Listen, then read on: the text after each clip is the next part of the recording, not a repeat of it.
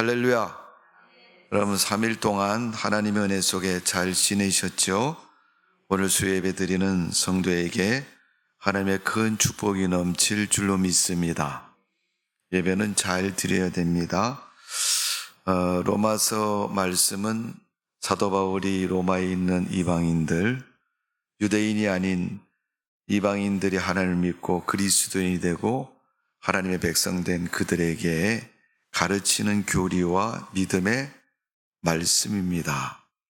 그래서 1절부터 11절까지는 어떻게 구원받느냐, 그 구원받는 문제에서 제일 중요한 문제는 죄에 관한 문제입니다. 우리가 죄를 어떻게 해야 하겠느냐, 죄사함이 없으면 구원도 있을 수 없습니다. 그러니까 여러분, 회개하지 않는 사람은 하나님의 은혜를 경험할 수가 없습니다. 그러기에 세례 요한이 마태복음 3장에 보면 회개하라 천국이 가까웠느니라, 광야에서 외치는 싸의 소리에 그 복음이 실려 있고, 예수님께서 마태복음 4장에 뭐라 그래요? 세례 요한이 외친 것처럼 회개하라 천국이 가까웠다. 요즘 우리가 새벽마다 마태복음 말씀을 읽고 있습니다. 그 마태복음에만 나타나 있는 하나님의 은혜가 큰 것처럼, 또 로마서에 있는 사도 바울을 통해서 로마 교회 성도들이 하나님의 은혜가 큰 것처럼, 오늘도 말씀을 듣는 여러분에게 하나님의 그런 큰 은혜가 있으시기를 주님의 이름으로 축복을 드립니다. 사람이 사는 세상에는 삶의 질서가 있습니다. 여러분, 삶의 질서에는 많은 조항들이 있어요. 개개인이 일상적으로 살아가는 그러한 규범부터 시작해서 2사람이 모였을 때, 3사람이 모였을 때, 또 아니면 10사람이 모였을 때, 또 우리 광명동이면 광명동에 있는 사람들이 모였을 때 지켜야 할 질서가 있는 것처럼, 광명시에 시민들이 다 모였으면 그 모인 시민들이 지켜야 할 법의 질서가 있는 것처럼 사람들에게는 삶의 질서가 있습니다. 오늘 바울은 이제 로마에 있는 성도들에게, 거의 로마서의 마지막 부분입니다마는 이 영적인 질서에 대해서 가르치고 있습니다. 자, 오늘 믿음을 위해서 2가지 질서는 꼭 지켜져야 된다. 여러분, 길을 건널 때 무슨 불일 때 건너요? 네, 초록불, 아니요, 파란불일 때 건넙니다. 무슨 불일 때 건너요? 네, 초록불일 때 건너요. 왜 웃어요, 여러분? 여러분이 초록불이라고 얘기하면 난 파란불이라고 얘기했고, 여러분이 파란불이라고 하면 제가 초록불이라고 얘기를 했어요. 아니, 목사님, 그거나 비슷하가 똑같은 거 아니에요? 여러분, 초록색하고 파란색하고는 엄연히 색깔이 엄격하게 따지면 다른 표현입니다. 그죠? 파란색 계열에 있는 표현이지만은, 사람들이 사는 세상, 그렇죠. 제가 그렇게 얘기를 했더니 여러분이 다 웃었어요. 목사님, 농담하시는 거죠? 지금 말씀하고 있는 게 우리를 웃겨보고 한번 해보시는 말씀이죠. 하나님을 믿는 성도들이 세상을 살아가면서 그 세상 사는 동안 그 삶의 방식은 여전히 예수 믿기 전과 예수 믿은 후에 똑같은 방식으로 살아갑니다. 그렇다면 똑같은 방식이라면 똑같은 모습으로 살아가느냐? 바울은 그렇게 말하고 있지 않습니다. 어제 하나님을 안 믿던 사람이 오늘부터 하나님 믿으면 믿음의 성도가 되고 하나님 믿는 백성이 된다면 분명히 다르다, 이렇게 말씀하고 있습니다. 그 첫 번째 이유는 신분의 차이가 있다. 나를 낳은 부모의 입적이 되어서 그분의 성을 따르고 그분의 자녀로 살던 나의 모습이, 성경에서 하나님이 말씀하신 것처럼 우리가 누구의 자녀로 살아요? 주님의 자녀로 산다. 믿는 순간부터 우리는 하나님 백성으로 살아가는 거죠. 그러니까 삶의 신분이 다른 거예요. 소속이 달라진다. 그러면 여러분 살아가는 방식도 달라야 된다는 거죠. 그 첫 번째 중요한 삶의 원칙을 로마서 12장에 예배 생활이다 이렇게 가르쳐주고 있어요. 예배 생활은 교회 생활이고 교회에서 행해지는 신앙의 일들이고 거기에 뒤에 쭉 로마서 12장에 붙어 있는 내용은 뭐예요? 봉사에 대한 이야기가 나와요. 하나님을 믿으면 교회를 위해서, 복음을 위해서, 주님을 위해서 이런 일들을 해야 된다. 거기에 은사에 대한 이야기를 하면서 성도는 하나님 앞에 그런 충성스러운 일꾼이 되어야 된다. 그리고 나라와 민족을 위해서 로마서 13장, 14장 이렇게 넘어가면서 공동체를 위해서 우리가 역할을 감당해야 할 때 문제, 교회도 마찬가지고 또 지역사회도 마찬가지고 나라에 속해 있는 국민으로서 어떤 모습으로 그 나라를 섬겨야 되느냐. 특별히 그리스도인에게 하나님 부탁하는 것은 너희 위정자들을 위해서 기도하라는 거예요. 권세는 개인의 권세인 것처럼 보이지만 결국 그 권세를 가지고 어떤 일을 하느냐에 따라서 공적인 일이 될 수 있고 사적인 일이 될 수가 있어요. 공의를 위해서 준 권한은 공의를 위해서 써야 됩니다. 그게 맞는 거죠. 그런데 그걸 자기 개인의 이익을 위해서 하면 사적인 권력으로 쓰는 거예요. 그런 문제가 반드시 됩니다. 믿음 생활에서도 마찬가지라는 거예요. 교회 안에서 우리가 교회를 위해서 하는 일들이 있는가 하면 또 그 가운데서도 교회를 위해서 일을 하지만은 그 속에 개인의 자기를 위해서 일하는 것도 있다는 것입니다. 그래서 나라와 민족을 위해서 교회 지도자들을 위해서 기도해야 됩니다. 그런 바울이 이제 로마서 15장에 넘어오면 교회 생활의 연장선, 하나님의 백성들이 세상을 살아가는 삶의 연장선에서 이 공적인 부분에서의 두 가지 반드시 지켜야 할 질서가 있다. 그 첫 번째가 언어 생활에 대한 질서를 지켜야 된다.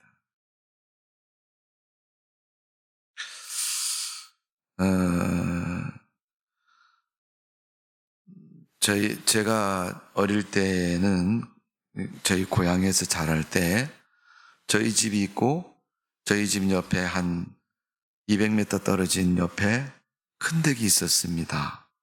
큰 집이 가깝죠.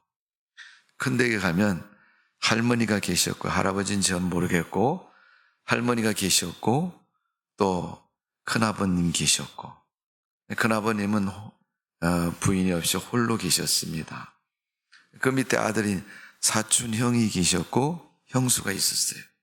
그리고 그 밑에 그 사촌 형님이 둔 자녀들 여러 명 있습니다. 근데 할머니가 그 손주 녀석이라고 그 제일 첫 번째 아이를 굉장히 소중하게 여깁니다. 그래서 제가 기억하기는 많이 업고 있었어요. 집에 있을 때도 보면 늘 이렇게 업고 계시는 모습을 생각을 합니다. 근데 이제 할머니가 이제 말을 하는데 어떻게 하냐면 그 본인의 말을 하죠. 본인의 생각과 수준에 맞는 말을 하는 거예요. 그래서 그 이제 할머니에게는 손자죠. 그리고 업고 있는 아이는 증손자입니다. 그러니까 4대가 한 집에 사는 거예요. 그러니까 증손자를 항상 봐주십니다. 예, 우리 집안에 이게 장남이라고. 둘째는 거의 없는 걸 못 봤고, 예. 첫째, 제일 큰 애가 남자아이였는데, 그 조카를 매일 어릴 때 업어줬어요. 얘는 할머니 등에 상당히 업혀서 많은 시간을 보냅니다. 그러니까 걔가 업혀서 등에서 배운 게 뭐냐면 할머니의 언어 생활을 배운 거예요.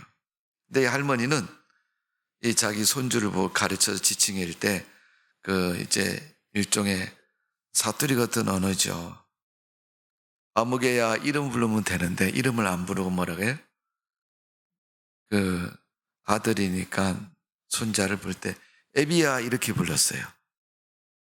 그리고 또 그 부인은 에미야 이렇게 불렀죠.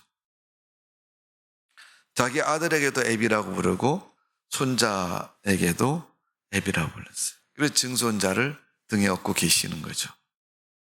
그런 언어를 사용했는데 어느 날 제가 보니까 이 등에 있는 손자가 아버지를 가르쳐서 뭐라 그러냐면 애비 그래. 자기 할머니가 증조 할머니가 부르는 호칭으로 자기가 배워가지고 자기 아버지를 아버님이라 부르는 거 아버지라 부르지 않고 뭐라 그래요? 애비라고 불러요. 애비라고. 그러니까 할머니가 쓰는 말을 자기가 배워서 그게 적용해서 그냥 쓰는 거예요. 그러니까 애비라는 지칭을 쓸 때 할머니가 손자인 남자 그 손주를 향해서 그렇게 호칭할 때 그렇게 부르는 거는 그렇게 통상적인 언어였고 호칭임이니까 맞죠. 근데 등에 옆에 있는 아이가 자기 아버지를 보고 애비라 부르는 거는 틀린 표현이죠. 세상에는 우리가 사용하는 언어들이 참 많습니다. 그 언어가 때에 따라서 장소에 따라서 또 언어 전달하는 내용에 따라서 그 단어가 달라질 수 있고 또 위에 사람들한테 똑같은 호칭이나 표현도 위에 사람들한테 사용할 때하고 아래 사람들한테 사용할 때하고 다르죠. 우리나라 이 언어가 세종대왕이 만든 한글이 만드실 때부터 쉽게 배우도록 또 서민들을 위해서 또 많은 사람들이 보편적으로 사용할 수 있는 언어로 만들었습니다. 그래서 지구상에는 많은 언어가 있지만 비교적 우리가 그 언어 중에서 배우기 쉬운 말 중에 하나가 뭐냐면 우리가 쓰는 한글입니다. 근데 외국 사람들이 한글을 쉽게 배웁니다. 여러분 텔레 보시면 외국 사람들 한국에 많이 오잖아요. 그죠? 근데 와서 이제 한두 마디 아니면 몇 마디씩 이렇게 말을 이렇게 쉽게 합니다. 쉽게 배우더라고요. 그래서 한국어가 독학을 해서 배우는 사람도 있고 또 누구 아는 사람을 통해서 배우는 사람도 있고. 한글을 좀 배우다가 의사 전달이 되고 뜻을 통해서 의사소통이 되잖아요. 이렇게 한국 사람하고 외국 사람하고 외국 사람이 한글을 배워갖고 이렇게 좀 어설프지만 이야기를 하면 우리 한국 사람들은 그 표현이 좀 우습기도 하지만 얼른 말을 알아듣고 그건 이렇게 의사가 뜻이 전달되어서 소통을 합니다. 대답도 하고. 근데 그분들이 이제 실토하는 내용이 말하는 내용이 뭐냐 하면 한글은 시간이 좀 지나가고 나면 되게 어렵다는 거예요. 네, 한글을 배웠는데 말을 통해 서로 의사를 소통할 때까지는 괜찮은데 그 다음에 이제 이 말을 어떻게 적용을 하고 정확히 표현하냐에 들어가면 힘들다는 거예요. 그래서 우리가 쓰는 이 한글이 표현이 굉장히 다양하고 또 그 표현을 어떤 대상에게 사용하느냐에 따라서 다양하다는 겁니다. 그래서 적용하기가 쉽지 않다. 어려운 말이다. 이렇게 그들은 표현을 합니다. 예를 들어서 여러분, 이게 여기 난이 있잖아요. 그죠? 이게 보라색입니까? 분홍색입니까? 보라색이에요? 네. 이게 보라색인데 똑부러지게 이게 보라색입니다. 이렇게 얘기할 때는 그걸로 그냥 끝나지만 비슷하게 말할 때는요. 그 분홍색이야? 자주색이야? 네.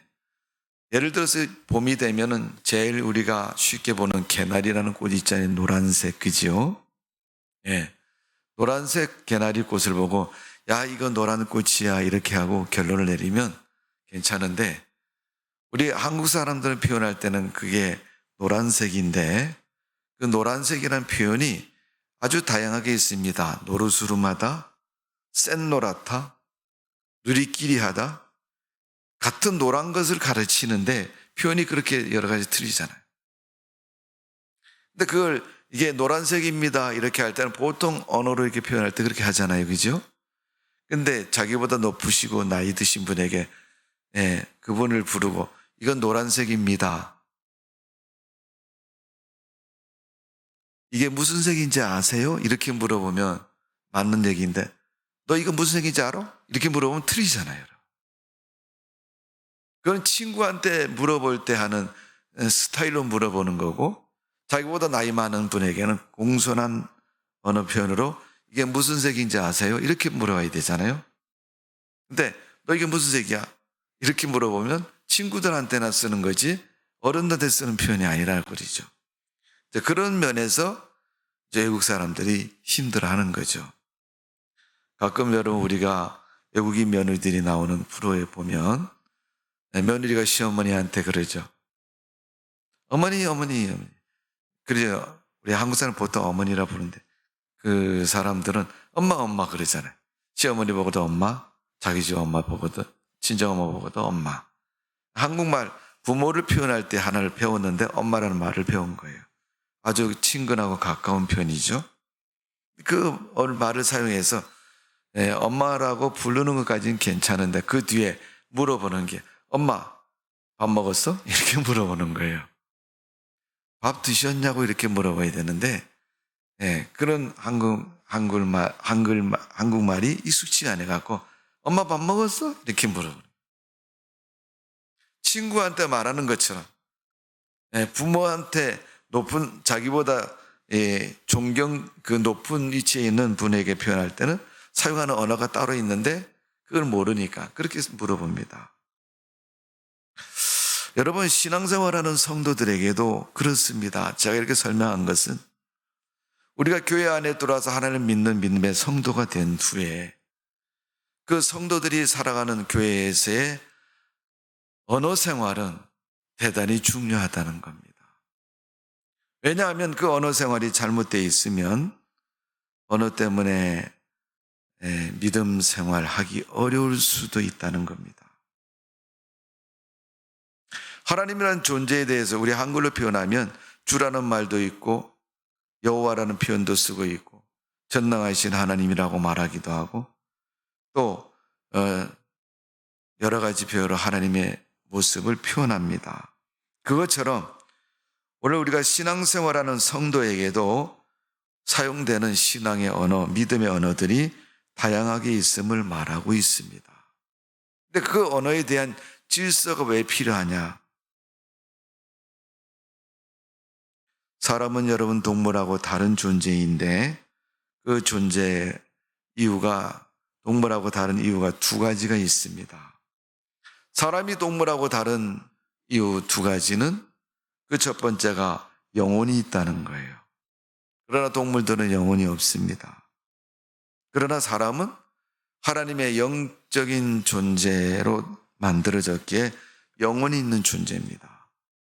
두 번째, 사람들은 동물하고 다른 것이 뭐냐 하면 언어를 사용합니다. 물론 영어를 하지 못한 사람, 미국 사람이 하는 말을 잘 못 알아들을 수도 있어요. 그러나 미국 사람 미국말 영어를 사용하고 한국 사람은 한글을 사용합니다. 둘 중에 한 사람이 언어를 배우면 그 뜻이 명확하게 서로 소통이 됩니다. 다른 언어를 써도 우리가 그 언어의 표현을 배우게 되면 서로 그 언어를 통해서 두 사람이 다른 언어를 쓰던 사람도 소통을 할 수 있는 겁니다. 서로 뜻을 알고 생각과 마음을 알게 됩니다. 그래서 짐승하고 사람하고 다른 존재입니다. 짐승들도 자기들에만 표현하는 소리가 있습니다. 그럼 언어라고 말하기보다는 소리라고 말하죠. 가끔 여러분 TV 같은 데 보면 동물들의 세계 같은 프로그램 나오지 않습니까? 단순하면서 몇 가지 안 되는 그 소리의 표현을 통해서 자기들끼리 언어 전달을 하는 그런 우리 동물들을 볼 수가 있습니다. 그러나 그 동물들은 다른 동물하고 그것으로 소통하거나 말하지는 못합니다. 그 긴장도를 가지고 위험하다, 지금 슬프다, 지금 급하게 움직여야 된다, 이런 것은 직감적으로 느끼긴 하지만 명확하게 그 소리를 가지고 언어처럼 사용하지는 못하고 있습니다. 그러나 사람들은 언어를 통해서 명확하게 모든 것을 다 표현합니다. 그게 바로 동물하고 사람하고 다른 존재입니다. 그런 사람이 사용하는 그 언어를 잘 사용하지 않으면 그 사람들이 사는 세상은 대혼란이 일어날 것이고 또 대고통의 소리가 일어날 것입니다. 창세기에 보면 시날 평지에서 인간들이 사람들이 바벨탑을 쌓습니다. 근데 하나님이 진노하셔서 하나님의 보좌에까지 쌓으려고 하는 그 인간의 교만함을 보시고 하나님이 진노하셔서 저들의 언어를 혼잡게 만드셨습니다. 순식간에 하루아침에 사람들의 언어가 각자 다 몇 개의 부류로 나누어서 언어가 달라지게 된 거예요. 그러니까 같은 언어를 쓰는 사람은 소통이 되지만 다른 언어를 쓰는 사람은 소통이 되지 않는 거예요. 그러니까 여러분 사람들이 어떻게 해요? 바로 서로 간에 말이 통하지 않아서 소통을 할 수가 없는 겁니다. 우리가 다른 나라 언어를 배울 때는 많은 시간이 걸리잖아요. 또 그것을 오랫동안 사용해서 바로 사용할 수 있는 단계까지 이르지 않습니까? 여러분, 이 언어 생활은 영적인 질서와 관련이 있기 때문에 대단히 중요합니다. 신앙생활에는 분명히 영적인 질서가 있습니다. 사도 바울 로마서 15장 8절에 보면 성령의 능력으로 역사하신 것 외에는 내가 감히 말하지 아니하겠다. 오늘 본문 18절의 이 말씀입니다. 하나님의 능력의 역사가 아니면 말하지 않겠다. 바울은 이스라엘 백성들 가운데서 가말리엘 문화에서 화문한 사람이니까 정통적인 역사성과 이스라엘 문명과 문화를 잘 갖춘 그런 학자이기도 하고 변론가이기도 하고 또 복음의 변증가이기도 하고 전도자이기도 합니다. 그런 바울이 복음을 전하는 데 있어서 가는 곳마다 언어 생활에 소통이 쉽게 되지는 않았을 겁니다. 그러나 그가 가는 곳마다 쉽게 복음이 전파되고 소통이 된 것은 성령의 역사 때문에 그렇습니다. 성경에도 보면 하나님의 은사에 대해서 여러 가지로 말하고 있죠. 방언을 말하고 방언 통역을 말한다. 제가 청년 때 하늘산에 가서 이천석 목사님 집회할 때 그분 말씀 간증 중에 그런 이야기를 들었습니다. 그분이 원래 예수 믿기 전의 삶이 깡패였잖아요, 여러분. 아주 못된 깡패였다 그래요. 본인 말씀에 의하면. 그래갖고 회심해서 하나님 믿게 되었고 아주 착한 하나님의 복음 전도자가 됐다고 얘기합니다. 근데 마음도 아주 착하게 쓰고 또 실질적으로 본인이 간증한 얘기를 들어보면 그런 삶을 살았구나 하는 만큼 아주 험하게 삶을 살아왔습니다. 그 삶만큼 잘 안 되는 게 뭐냐면 습관은 잘 안 되더라고요. 몸에 배어있는 습관은 잘 안 돼. 그래도 그분도 가끔 설교를 하다 보면 욕을 막 합니다. 옛날의 기질이 그냥 나오는 거죠. 그러나 그 기질이 하나님의 은혜를 위해서 사용하는 도구로 쓰니까 욕이 아니죠. 그러나 바른 이성 가운데서 일반적인 대화 속에서 그렇게 한다면요, 아마 고발당해서 감옥에 갈지 모릅니다. 그분이 이렇게 하나님의 큰 성령의 역사가 임하고 되니까 지금은 여러분 대부분 집회들을 기도원에서 하잖아요. 그죠? 기도원에 가서 기도하러 가고 예배 드리러 가고 집회하러 가고 또 그 장소에서 우리가 그런 성회들을 합니다. 그러나 그런 신앙의 수련회를 요즘은 그렇게 하지만 옛날에는 교회에서 순회하면서 그렇게 했어요. 붕회라고 그러잖아요. 근데 이분이 미국으로 초청을 받아서 예, 붕회를 갔는데 미국은 영어를 쓰잖아요, 여러분. 근데 이분이 공부를 또 많이 하신 분도 아니고 영어를 전혀 못 하시는 분인데 미국 사람들에게 영어로 얘기를 해야지 알아듣지 영어로 얘기하지 않으면 못 알아듣잖아요. 한국말로 하면 한국 사람은 알아듣지만 미국 사람들은 못 알아듣거든요. 그래서 부흥에 초청이 돼서 강사로 가셔서 기도를 하는데 어떤 일이 있었냐면 그가 한국말로 기도를 하죠. 전능하신 하나님, 오늘 이렇게 귀한 성회를 주셔서 감사합니다. 그렇게 몇 마디 기도하다가 갑자기 방언이 터져가지고 방언으로 그냥 기도를 한 거예요. 근데 놀라운 거는 방언 기도를 하는데 저쪽에 어떤 한 분, 여자분이 벌떡 일어나더니 그분이 영어로 통역을 하시는 거예요. 이분이 앞에서 방언으로 기도하는데 그 여자분은 그 자리에서 일어나셔서 미국 언어로 영어로 통역을 하시는 거예요. 그분의 영어 그 말을 듣는 사람들은 다 무슨 뜻인지를 알아듣죠. 그것처럼 하나님의 영적인 질서가 있다는 것을 바울은 말해주고 있습니다. 바울은 여러 교회를 다니면서 개척을 했고 교회를 세운 사람입니다.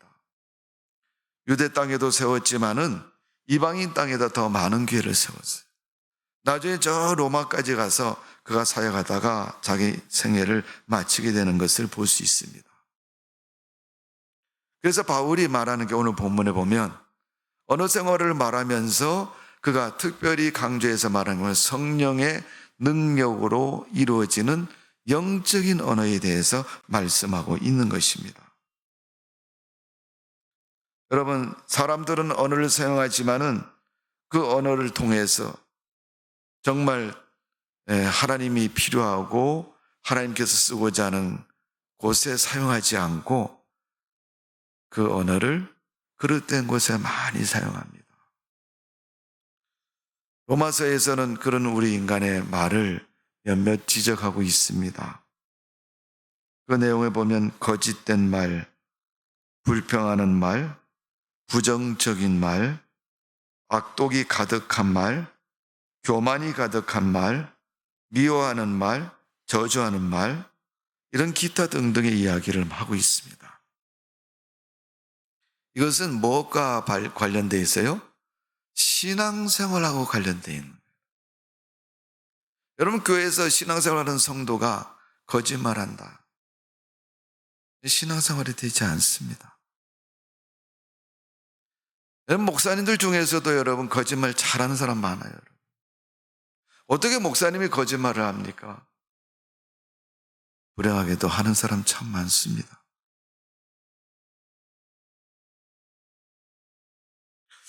오늘 여러분 신앙을 온전케 하지 못하고 신앙을 무너뜨리고 회파하는 그릇된 언어를 교회 안에서 사용하지 말아라. 믿음 생활에서 사용하지 말아라. 그런 말을 쓰면 그 말을 쓰는 내 입도 부정한 입술이 될 것이고 또 그 말을 하는 내 생각과 마음도 그릇되어진다는 겁니다. 그러면 그 말 언어 속에 사단이 순식간에 바늘구멍으로 찾아오듯이 그 마음에 악을 심어버립니다.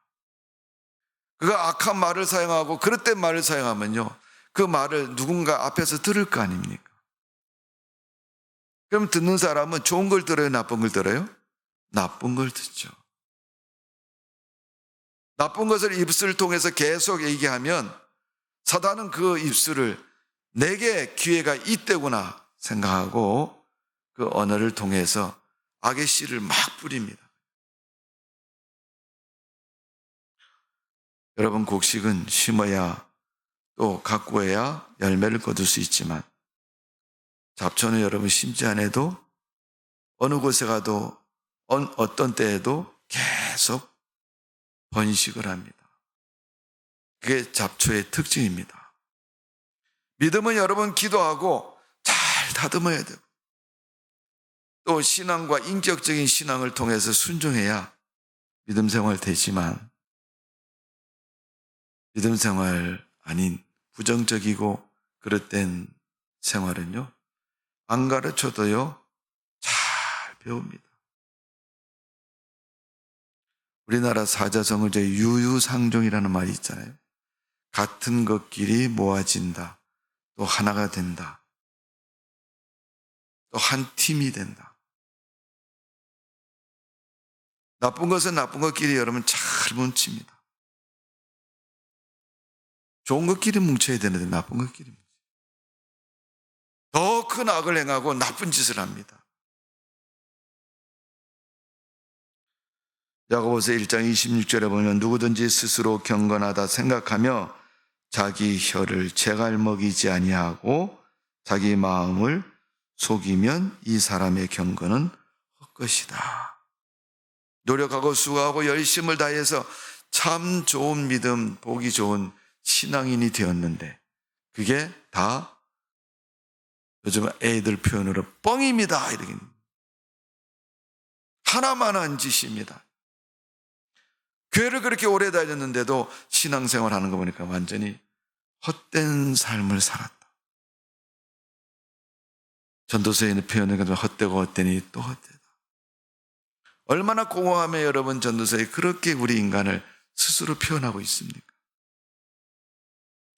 야고보서 1장에 보면 입에 혀에 자갈 물리지 않는다는 것, 하지 말아야 할 일, 말, 부정적인 말, 거짓말, 속이는 말, 신앙에 반하는 언어 생활은 하지 말아야 돼.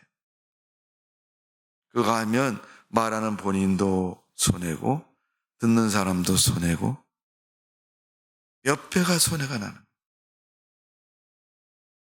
다행히 한 사람만 들었으면 괜찮은데 여러 사람을 모아놓고 상대해서 들었으면 여러분 한 번에 그 위력이 태난하게 태풍처럼 흘러가는 걸 볼 수 있습니다. 세상에서 인간이 혀의 할례를 받아 성별되지 않으면 성령의 불로 혀의 권세를 받아서 여호와를 찬양하고 복음을 말하는 권세를 사용하지 않으면 그 신앙은 무너지는 것입니다.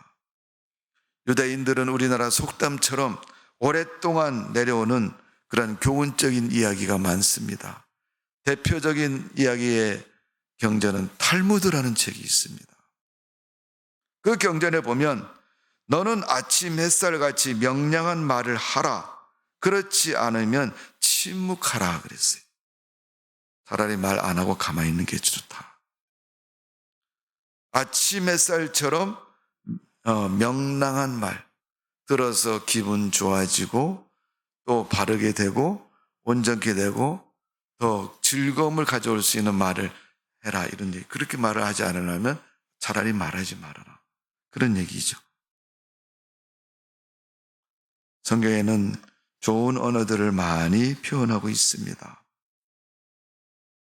골로새서 4장 6절에 보면 너희 말을 항상 은혜 가운데 소금으로 고르게 함같이 하라. 여러분 배추에다 소금을 골고루 잘 치면 어떻게 해요? 배추가 김치가 되는데 참 맛있는 김치가 돼요. 대강 뭉텅뭉텅 쳐놓으면요 소금 들어간 데는 김치지만 소금 안 들어간 데는 생배추가 되는 거예요. 맛이 하나도 없어요. 아무리 국을 맛있게 끓여도 간이 맞지 않으면 맛이 없다고 그러잖아요. 그리스도인들 언어 생활은 그런 것입니다. 믿음이 좋다고 얘기하고 기도를 많이 하고 또 신앙생활 교회 다닌 지 오래됐을지라도 언어 생활이 바르게 되지 않으면 좋은 믿음의 사람으로 인정받을 수도 없고 좋은 믿음의 생활을 할 수가 없다는 것을 성경은 가르쳐주고 있습니다. 몇 가지 예를 들면 성경에 보면 우리가 사람이 사용하는 언어 중에 시편 37편 30절에 보면 지혜로운 말을 해야 된다 그랬어요. 지혜가 있는 사람이라야 가능하겠죠. 그러나 지혜로운 말을 해야 된다. 야고보서 1장 15절에 있는 말씀처럼 후히 주시고 꾸짖지 않은 하나님께 구하면 지혜를 주신다고 말한 거죠. 결국 지혜로운 사람의 말도 어디에 하나님으로부터 시작된 믿음의 말이고 신앙의 언어를 말하는 것입니다. 세상적인 학문의 말을 얘기하는 게 아니에요. 믿음의 언어를 말하는 거예요. 지혜로운 말은. 그 다음에 잠언서 12장 25절은 선한 말을 해야 된다. 그리스도에 있는 선한 말을 해야 된다. 잠언서 23장 8절은 아름다운 말을 해야 된다. 시편 45편 1절에는 좋은 말을 해야 된다. 시편 45편 11절에는 영광된 말을 해야 된다. 시편 28편 3절에는 화평의 말을 해야 된다. 그 말을 들으면 서로 화해하고 평안하고 기분 좋아지고 또 하나로 뭉치고 화평의 말이죠. 화평의 말을 가지고 아름다운 팀이 못 되니까 사람들의 마음속에 분노를 자극합니다. 야, 우리 한 팀 모아갖고 저것들 이기자. 야, 옆에 동네에서 우리한테 축구 시합을 시합을 걸어왔다. 우리 연습해가지고 쟤네들 이겨야 되겠다. 근데 그냥 이기는 것도 여러분 승부욕이 발동하면요 무섭습니다. 아주 이기기 위해서 철저하게 연습도 하고 난리를 하죠. 근데 거기다 하나 더 기름 붓는 말은 뭐예요? 이긴 팀에게 우리 돈 내갖고 이긴 팀이 갖는 걸로 하자. 얼마 내기 할래? 그랬는데 500만 원 내기 하자. 그럼 하면 눈이 뒤집어질 거예요. 이번 시합에서 이기면 이긴 팀이 500만 원 갖는 거다. 그럼 진 팀이 이긴 팀한테 500만 원 주느냐? 뭐 그런 규정도 있겠지만은 우리 250만 원씩 내가지고 이긴 팀 다 갖는 걸로 하자. 그러면요. 실질적으로 우리가 갖는 거는 250만 원의 이익을 갖게 되죠. 그래도 난리가 나는 겁니다. 그러면 여러분 250만 원 뭐라고 목숨을 걸고 하는 거예요.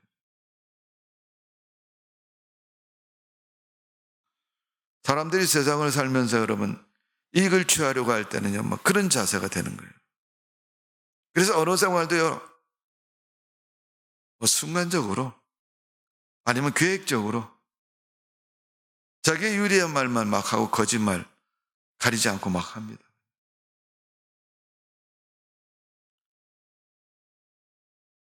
솔로라는 유대인 중에 솔로라는 사람이 뭐라 그러냐면 말은 행동의 거울이다 이런 표현을 썼어요.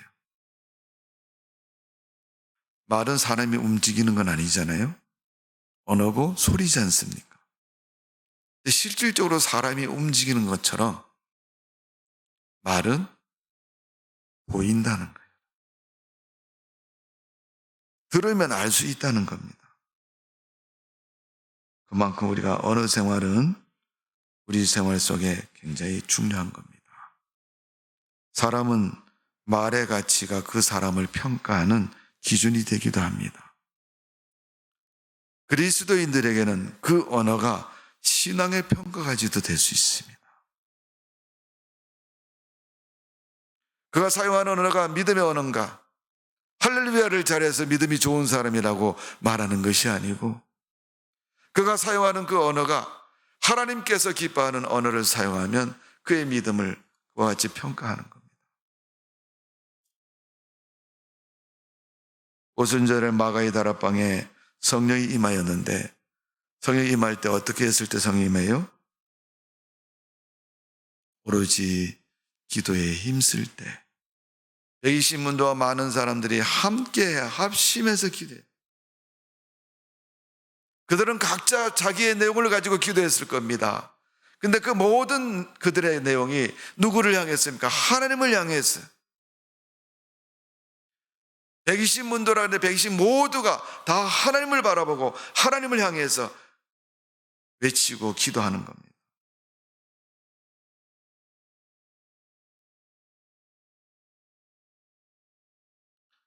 우리가 보이는 건물로 얘기하면 오순절 마가의 다락방의 기도는 120층짜리 기도의 탑이라고 말할 수 있습니다. 성도 여러분, 하나님은 오늘도 교회를 축복하시고 성령을 기름 부어 주십니다. 마가의 다락방에 있는 그 120문도와 그 초대교회 성도들에게 성령을 기름 부은 것처럼 오늘날 교회가 해야 될 일이 뭡니까? 성령 충만하기 위해서는 그 모인 사람들이 120문도들이 기도했던 것처럼 120층짜리 기도의 탑을 쌓아야 비로소 하나님은 그 기도 위에 성령을 기름 부어 주실 것입니다. 그랬더니 그 모인 사람들이 새 방언을 말하고 예언을 하고 능력이 나타나고 성령의 역사가 막 나타나서 일어나는 것입니다. 물론 한 사람에게도 하나님은 성령을 기름 부어 주시기도 하지만 합심 기도하고 함께 기도하는 그들 가운데 계시고 거기에 하나님의 큰 은혜와 권세를 허락해 주신 것입니다. 사도 바울은 말과 일이고 또 표적과 기사와 능력이고 성령의 권능의 역사가 있는 것을 지금 이방인들에게, 교회 성도들에게 말씀하고 있는 겁니다. 여러분, 우리 예수 믿지 않습니까? 그러면 우리가 사용하는 언어를, 믿음의 언어를 사용합시다. 그 가운데서도 우리는 그 언어를 가지고 기도합시다. 하나님 앞에 합심 기도를 합시다.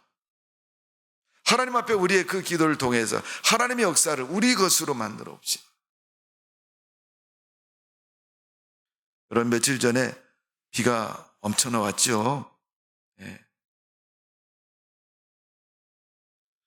저도 집에 이렇게 앉아 있는데 번개가 번쩍 치더니요, 우르릉꽝 우르릉꽝 아주 싸나울 정도로 천둥을 쳤습니다. 근데 천둥이, 그 번개 전기가 하늘에서 땅으로 떨어질 때 뭔가를 타고 내려와 있잖아요. 근데 뭘 타고 내려와요? 자기와 제일 가까운 것을 타고 내려온대요. 높은 건물 꼭대기 번개가 내려온다. 제가 가만히 눈치를 보니까 우리 집 강아지가 이렇게 누워 있다가 번개 우르릉 꽝 치니까요, 눈을 이렇게 뜨더라고요. 또 치니까 슬그머니 일어나더니 저쪽 구석으로 가요. 무서워가지고.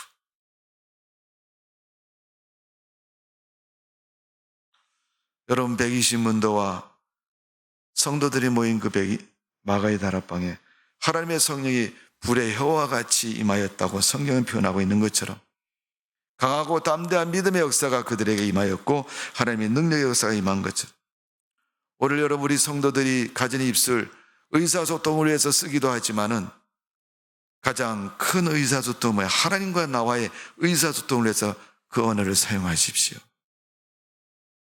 우리의 입술을 기도의 입술로 사용하시고, 우리의 입술을 복음의 입술로 사용하시고, 우리의 입술을 믿음의 입술로 사용해요. 내가 세상을 살아갈 동안은 그냥 세상 사는 것에 내 입과 말을 썼지만은 하나님을 믿고 난 후에는 어떻게 사용합니까? 믿음을 위해서 좀 사용할 수 있어야 되죠. 믿음의 말은 한마디도 하지 않고 그냥 세상적인 언어로만 쓰지 마시고, 우리가 믿음의 언어로 사용하고 믿음의 말로 사용하면 하나님이 기뻐하실 줄로 믿습니다. 어떤 분이 그런 얘기는, 하나님도 경기를 하시는, 놀라시는 데가 있대요.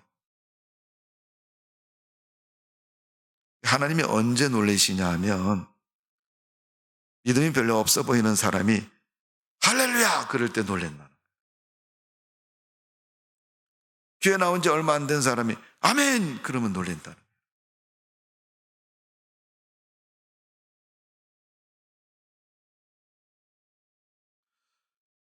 오늘 사도 바울이 우리에게 첫 번째 신앙의 질서는 언어 질서를 말해주고 있습니다. 두 번째 바울이 부탁하는 것은 신앙의 질서, 영적인 질서를 잘 지켜야 된다. 고린도전서 14장 33절의 말씀을 보면 바울은 그렇게 변하면 하나님의 어지러움이 하나님이 아니시오 오직 화평의 하나님이시니라. 하나님은 어지러움을 주는 하나님이 아니라 하나님이 계시면 시끌벅적하고 무자비한 세상이 아니에요. 하나님이 계시면 질서가 섰고 화평하고 기쁘고 즐겁고 소망이 있는 그런 곳이 된다는 거예요. 바울이 하나님이 계시는 교회가 날마다 시끄럽고 소란스럽고 난리스러우면 그것도 신앙에 신이 나서 그런 게 아니고 뭔가가 좀 불신 때문에 막 교회가 소동을 치고 난리를 치는. 마태복음 2장에 보니까 예수님이 탄생할 때 유대 베들레헴에서 탄생하시니까 헤롯 때 그 유대가 소동을 했다고 성경이 표현하고 있습니다. 난리가 났다는 거죠. 야, 너 들었어? 봤어? 사람들이 막 수군거리고 난리가 난 거예요. 뭘 봐 보기는 뭘 들어. 그러니까 야, 왕이 나셨대. 왕이 이 땅에 메시아가 나셨대. 메시아가. 소동이 났다. 아마 예수님을 고대하는 그들은 자기의 권위와 자리에 연연한 사람들이 대부분일 것입니다. 특별히 여러분 정치적인 지도자들 그랬을 겁니다. 내가 대통령만 되면 온 천하를 한 손에 쥐고 흔들 것이라고 생각을 하지만 세상은 그렇게 움직여지지 않습니다. 하나님은 세상을 만드실 때 연결고리가 되도록 질서를 가지고 만드셨어요. 신앙생활도 역시 마찬가지입니다. 영적인 질서를 가지고 하나님은 교회를 세우셨고 그 질서를 가지고 만드셨어요. 제가 처음에 말씀드린 것처럼 손자가 아버지를 애비라고 부른 것 잘못된 언어고 사용하지 말아야 언어라고. 그러나 하나님께서는 우리 그리스도인이 그런 성도가 되지를 않기를 원하고 있습니다. 교회 다니는 성도가 여러분, 교회에서 오래된 지도자들이나 또 신앙에 먼저 된 사람들 보고 반말을 하고 신앙을 혼란스럽게 만드는 행동을 하면 그건 질서가 파괴되는 거죠. 믿음의 질서를 잘 지켜야 됩니다. 교회는 교회다운 질서를 잘 지켜야 돼요. 그 질서는 교회 속에 있는 성도들에 의해서 지켜지는 것이고 하나님은 그런 질서 가운데 있는 교회를 축복하셔서 복이 있는 교회가 되게 하시고 또 그 교회를 하나님이 역사해 주셔서 날마다 기적이 일어나고 하나님의 큰 은혜가 넘치는 교회가 되도록 축복해 주시는 줄로 믿습니다. 하나님은 언제나 질서와 조화가 있는 곳에 하나님의 영광이 머물게 하셨고 기적과 역사를 나타내 보이셨습니다. 믿음으로 함께하지 아니하고 각자 자기 생각, 자기 이익만 쫓는 교회, 성도들의 모임, 그곳에 하나님의 역사가 있겠습니까? 오죽하면 우리나라 말에 사고기 많은 배가 산으로 간다 그러는데 물로 가야 되고 여러분 그 배의 기능을 발휘해야 되는데 산으로 가면 무엇을 씁니까 여러분? 요한일서 4장 1절에 보면 사랑하는 자들아 영을 다 믿지 말고 오직 영들이 하나님께 속하였나 시험하라. 많은 거짓 선지자들이 세상에 나왔음이니라. 사도 요한이 성도들에게 한 말입니다. 먼저 믿은 성도들에게 세상에 영을 다 믿지 말아라. 이런 말을 하면은 어떤 분은 저를 욕할지 모르겠지만 세상에는 많은 목사님인데 목사님들 말 다 믿지 마세요. 거짓말 치는 목사님 참 많아요. 장로님도 권사님도 마찬가지입니다. 믿음의 소리가 아니고 인본주의적인 인간적인 소리를 하는 사람이 너무 많습니다. 사람들이 듣기 좋아하는 소리를 할 때 많습니다. 그건 신앙이 될 수가 없어요. 비유나 맞추고 무엇을 해도 당신이 다 맞습니다. 그렇게 하면 여러분, 맞는 거하고 틀린 거하고 구분이 되지 않습니다. 사도 바울이 디모데전서 4장 1절에 보니까 성령이 밝히 말씀하시기를 어떤 사람들이 믿음에서 떠나 미혹해 하는 영과 귀신의 가르침을 쫓으리라. 여러분, 하나님을 믿고 하나님의 은혜를 사모하는 곳에는 항상 마귀가 먼저 또 마귀가 함께 그곳에 은혜를 뒤집어 놓습니다. 그러니까 성도들은 교회 안에서 일어날 일 다 하나님의 역사라고 생각하지 마시고, 믿는 성도들이 모인 것에 다 착하고 선한 믿음의 역사라고 생각하지 마십시오. 그 속에도 믿음이 약한 자를 통해서, 거짓된 믿음을 통해서 악령이 역사하고 말하는 것입니다. 그 단적인 예가 여러분, 예수님의 12제자 중에서 예수님을 가룟 유다가 팔지 않습니까? 성경을 잘 읽어보세요, 여러분. 유다에게 마귀가 생각을 집어넣었다 그랬어요. 예수를 팔 생각을 집어넣었다. 선생님을 팔 생각을 집어넣었다. 예수님이 그러시잖아요. 나랑 같이 손 집어넣은 놈이 나를 팔 것이다. 나를 버릴 것이다. 같이 손을 넣고 하면서 예수님 저는 아니지요.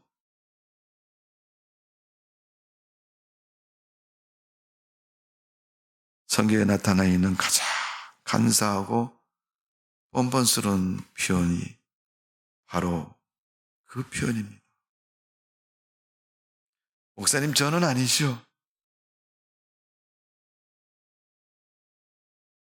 진리를 왜곡하는 마귀의 입술의 말도 그릇된 것이지만 하나님 말씀을 위장해서 거짓된 것으로 복음이라고 말하는 이단과 또 악한 귀신의 역사 선에 서 있는 그릇된 지도자들이 악령에 개입되어 있는 사람들이 불쌍한 사람이고 조심해야 할 사람들입니다. 그러나 영적인 질서가 있는 곳에는 그런 것들이 역사하지 못합니다. 믿음의 언어가 있는 곳에는 그런 것들이 역사하지 못합니다.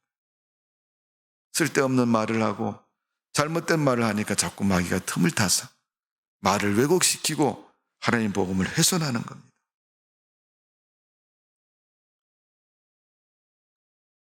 여러분, 성경의 배경과 함께 있는 고대의 사람들의 역사를 보면 그런 역사가 기록되어 있다고 합니다. 귀신을 표현했는데 이런 귀신을 표현했대요. 농사 귀신, 또 군대 귀신, 또 사업 귀신도 있대요.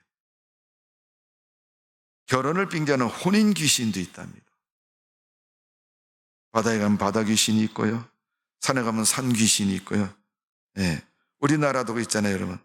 산에 가면 산신령이라고 그러고, 바다 가면 용왕신이라고 그러고, 하늘을 쳐다보면 일월성신, 해와 달과 또 높은 나무만 있어도 신이라고 말하고, 나무는 목신이라고 그러잖아요. 땅에는 땅 귀신이라고 말합니다. 이것도 저것도 아닌 알 수도 없는 신은 뭐예요? 도깨비라고 말하잖아요. 몽달 귀신이라고 말하고, 하다가 나중에 뭔 귀신이에요? 빗자루 귀신도 있다 그래요. 빗자루 귀신. 처녀 귀신도 있다 그래요. 그럼 총각 귀신은 없냐? 총각 귀신도 있대요.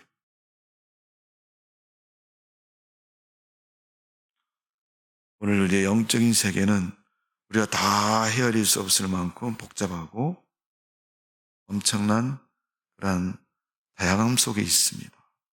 그러나 하나님은 한 분이시고 성경도 한 분이시고 하나님의 역사도 하나밖에 없습니다.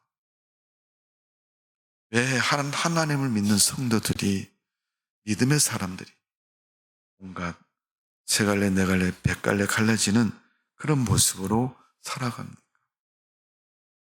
믿음의 질서를 잊어버린 까닭이고 신앙의 질서를 잊어버린 까닭입니다. 기도하지 않는 교회는 믿음의 질서가 설 수 없는 것이고, 하나님 말씀을 배우지 않고 하나님 앞에 예배드리지 않는 교회는 신앙의 질서가 있을 수가 없습니다. 오늘 우리가 영적인 일에 열심을 다하고 믿음 생활에서 최선을 다할 때 하나님은 교회를 축복하시고 성도들의 가정을 축복해 주시고 여러분의 인생을 하나님이 축복해 주실 줄로 믿습니다. 이건 돈이 많이 드는 것도 아니고 힘들고 어려운 것도 아닙니다. 하나님 내가 못하는 거 하라고 말하지 않습니다. 내가 할 수 있는데도 안 하니까 문제인 거죠. 내가 할 수 있는 믿음의 분량만큼 열심을 다해서 주님을 섬기는 이 여름 되시고 2020년 되시기를 주님의 이름으로 축원합니다. 그리하면 여러분 연말이 되면 분명코 여러분의 삶, 여러분의 신앙은 달라져 있을 겁니다. 오늘도 여러분의 그런 믿음 되시기를 주님의 이름으로 축원합니다. 기도하겠습니다. 아버지 하나님, 사도 바울이 마지막으로 로마 교회의 성도들에게 편지를 쓰면서 이 영적인 질서, 언어의 질서, 믿음의 질서에 대해서 가르쳐주고 있습니다. 우리는 신앙생활하면 그저 그냥 교회만 다니면 믿음 생활이 저절로 되는 것으로 여길 때가 많이 있지만은 우리가 살아가는 삶의 모습 속에서 신앙의 질서가 분명히 있고 영적인 질서가 있음을 분명히 알아서 우리가 그 질서에 합당한 모습으로 살아가는 성도가 되게 하여 주옵소서. 나이 어린 사람이 나이 먹은 사람에게 반말을 하거나 또 무시하거나 또 폭력적인 언어를 쓰면 버르장말이 없는 놈이라고 욕하고 잘못됐다고 얘기합니다. 교육받지 못한 무식한 인간이라고 얘기를 합니다. 그것처럼 우리가 신앙의 언어, 믿음의 언어, 하나님 백성다운 성도의 언어를 잘 익혀서 언어를 사용하는 성도가 되게 하여 주옵소서. 구체적인 방법 우리를 지으실 때 하나님이 이미도 하나님의 형상을 닮아서 만들어진 저희들에게 이미도 다 가르쳐 주셨고 알게 하셨고 가지고 살아갈 수 있도록 역사해 주셨습니다. 다만 우리의 마음이 선하고 바른 마음이 될 때만이 그 하나님의 형상을 회복하고 하나님이 원하는 복이 있는 인생을 살아갈 수가 있습니다. 그러나 악에 넘어지고 세상을 쫓아가고 세상 것을 쫓을 때는 그런 모습, 그런 것을 생각지도 못하고 사용할 수도 없다는 사실을 다시 한번 기억하고 하나님의 사람으로 온전한 믿음의 모습을 가지고 살아가는 저희들 되게 하여 주옵소서. 신앙의 질서가 있는 성도가 되게 해 주옵소서. 믿음의 질서를 가진 성도가 되게 하여 주옵소서. 감사와 찬송을 드리며 예수님의 이름으로 기도하옵나이다. 아멘.